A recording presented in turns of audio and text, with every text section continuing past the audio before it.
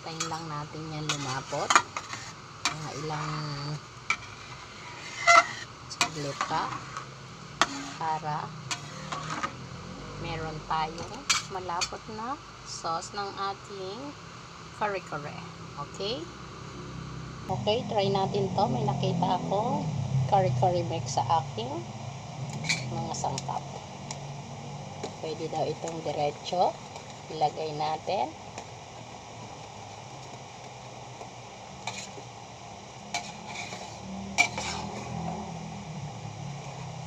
Okay.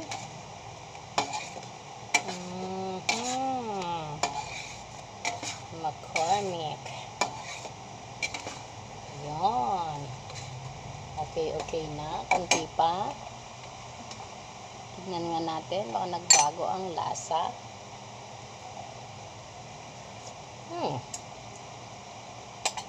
Okay.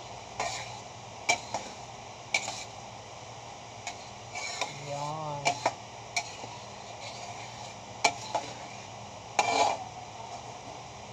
Sige lang. Tapos ilalagay na natin yung ating gulay dyan.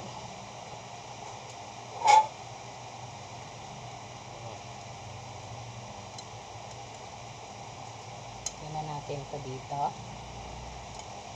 Ating sitaw. Para magkaroon ng lasa, diba? Yan. Yan. Tapos, sabuyan natin para magkalasa-lasa. Yan. Ang ating talong.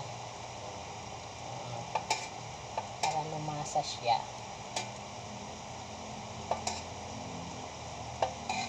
Diba? Yan.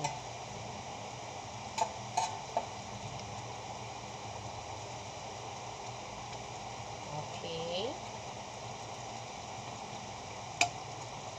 Then next natin ang ating pechay.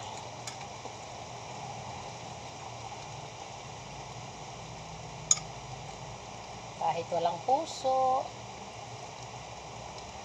ng saging, okay na yan. Puso na lang ng nagluluto. Okay.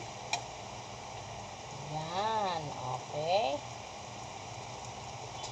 Tapos, lalagay natin sa ibabaw yung ating pork. Ay, nakalimutan natin. Nasa ilalim. Hindi na natin nakuha.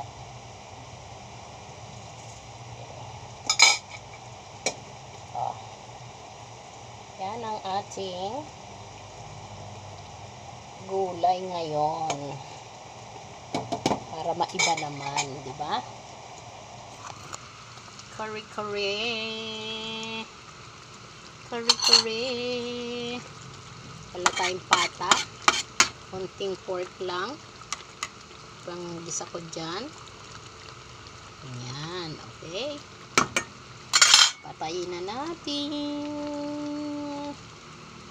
Ilagay na natin mamaya sa plata. Okay. Let's eat dinner.